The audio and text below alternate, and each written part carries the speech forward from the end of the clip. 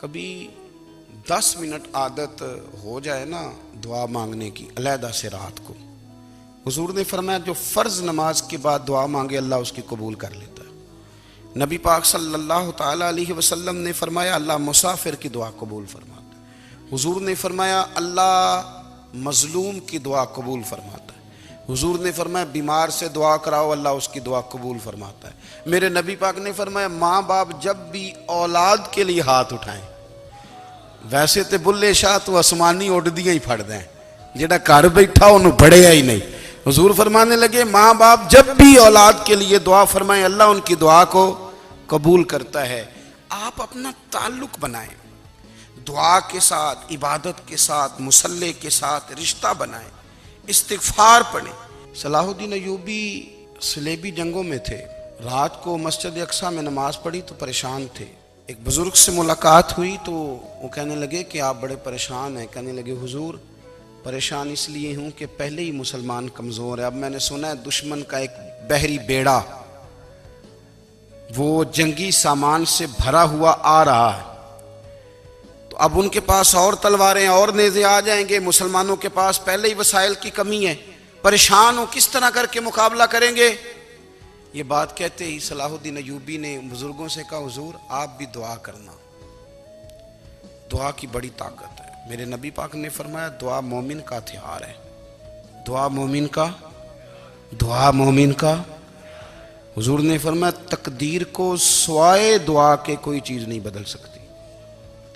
दुआ मोमिन का हथियार है, ये काफिर के पास कोई नहीं, ये हथियार है मोमिन का। अल्लाह करे आपको समझ आए, फिर सुने कई बार कह चुका हूं, ये हथियार है। काफिर के मुकाबले में जो तेरे पास सबसे बड़ा हथियार है वो दुआ है। दुआएं करानी छोड़ दी, करनी छोड़ दी, लेनी छोड़ दी। हजरत सैयदना अनस बिन मालिक रदी अल्लाह तआला अन्हु फरमाया करते थे मैंने वो रंग देखा है जब हुजूर दुआ मांगते थे और हुजूर की मुकद्दस आंखों में आंसू भी साथ ही बहा करते थे, मैंने वो अंदाज देखा।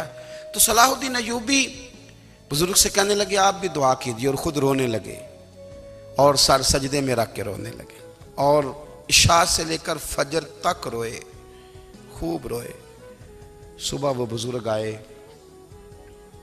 तो सलाहुद्दीन अय्यूबी का खूबसूरत और हंसता हुआ चेहरा देखा। कहने लगे आप बड़े खुश हैं, रात तो मैंने बड़े रोते हुए देखा था। तो कहने लगे हुजूर वो जो बहरी बेड़ा आ रहा था ना वो पानी में डूब गया है, अब वो नहीं आ रहा, अभी खबर आई है तो मैं बड़ा खुश हूँ। बुजुर्ग कहने लगे उठ सीने से लग और सुन एक बात, वो बहरी बेड़ा पानी में नहीं डूबा, वो तेरे आंसुओं में डूब गया है। वो जो तो रात रोया है ना रब करीम की बारगाह में तो वो डूब गया है। भाई अपना मुसल्ले का, इबादत का, वज़ाइफ का, अल्लाह अल्लाह का सिलसिला उसको मजबूत करें, अपनी दुआओं के ताल्लुक़ को मजबूत करें। दुआएं बड़े इनकलाब बर्पा कर देती हैं। हम थोड़े थोड़े ना जब से खुश्क हुए हैं ना, खुश्क, और मेरी तो जमात ही सूफिया की जमात थी, हम तो दाता अली अजमेरी की जमात से, हम तो ख्वाजा अजमेरी की जमात से, हम तो शेख अहमद फ़ारूक सरहंदी की जमात से, हम तो सूफिया की जमात। हमारी जमात ने भी वो ताल्लुक़ जो हमारे बुज़ुर्गों ने बनाया था। बुज़ुर्ग अल्लाह के करीब कैसे जाता है? तो हमारे यहाँ ना बहुत सारे लोग कहते हैं जी नज़र हो गई तो काम हो गया। भाई जो बुखारी मुस्लिम में तरीका है ना अल्लाह का कुर्ब पाने का वो तो नफल है। नबी करीम अलैहिस्सलाम ने फरमाया बंदा नफलों के ज़रिए रब के करीब जाता है और इतना करीब जाता है कि फिर अल्लाह उसकी ज़ुबान बन जाता है, अल्लाह उसकी आंखें बन जाता है, कान बन जाता है, हाथ और पैर बन जाता है। तो ये तो इबादत है, ये तो अल्लाह की बारगाह की हाज़िरी है जो आपको अल्लाह के करीब करेगी। तो नमाज को अहमियत दे के अदा करें, नमाजें मोबाइल बंद करके अदा करें। लेकिन ना कुछ लोग कहते हैं मुझे टाइम नहीं मिलता नमाज का, तो मैं कहता हूँ ये आपने बड़ी जुर्रत की बात की है। मुझे को मेरा पीर भाई कह देना मेरे पास टाइम नहीं आपको मिलने का, तो मैं कहता हूँ आज के बाद आना ही ना। तू क्या समझता है, तू बहुत बड़ा आदमी है, तेरे पास टाइम नहीं है और हमें मिलने का टाइम, मौज कर। तो आपने अल्लाह रसूल को कह दिया टाइम नहीं। और अजीब फलसफा है ना, कहा जाए नमाज पढ़ने आओ तो कहते हैं कपड़े ठीक नहीं, और कहा जाए कि आओ जरा दावत पे चले तो कहते हैं 1 मिनट ठहर मैं कपड़े बदल के आया। नमाज के लिए कहा तो कहते ठीक नहीं, दावत के लिए कहा तो कहते मैं जरा तैयारी कर लूं, यूं जाना मुनासिब नहीं। ये मामला ठीक नहीं। रब तो फरमाता है कि जब तू मस्जिद में आ तो जीनत इख्तियार करके आ, खूब ज़ौक़ से दुआ मांगें, खूब शौक़ से नमाज पढ़ें, खूब इस्तिग़फ़ार का मिजाज बनाएं।